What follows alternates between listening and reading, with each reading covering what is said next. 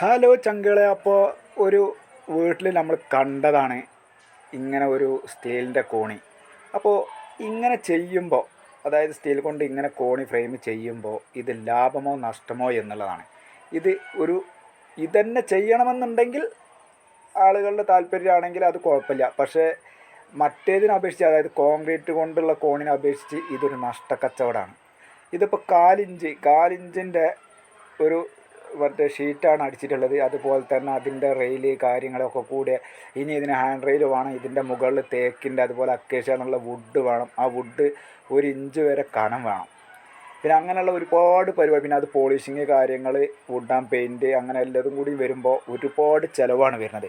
പക്ഷെ അതൊരു സ്റ്റീലിൻ്റെ കോണി തന്നെ എൻ്റെ വീട്ടിൽ വേണം, അതുപോലെ തന്നെ ആയിക്കോട്ടെ എന്ന് വിചാരിക്കുന്നവർക്ക് നഷ്ടമോ ലാഭമോ നോക്കേണ്ട ആവശ്യമില്ല. അല്ലാതെ കോണി ചെയ്യുമ്പോൾ ഇത് ഒരു നഷ്ടമാണ് എന്നുള്ളതാണ്.